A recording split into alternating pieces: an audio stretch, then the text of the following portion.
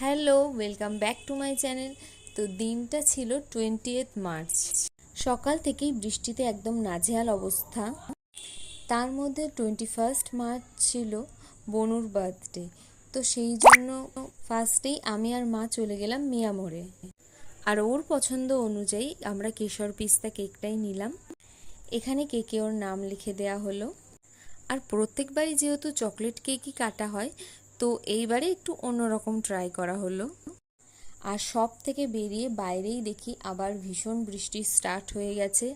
তো সেই বৃষ্টির মধ্যেই ওর জন্য দুটো চকলেট কেনার ছিল, তো চকলেট দুটো কিনে টোটো ধরে সোজা বাড়িতে চলে আসি। নেক্সট ডেতে চকলেট এবং কেকটা দিয়ে একটা সুন্দর ডেকোরেশন করা হয়। এখানে মা ওকে আশীর্বাদ করছে। এরপর মা ওকে পায়েস মিষ্টি খাইয়ে দিল, তারপর কেক কাটিং, এবং এভাবেই দিনটা খুব মজা করেই কাটলো।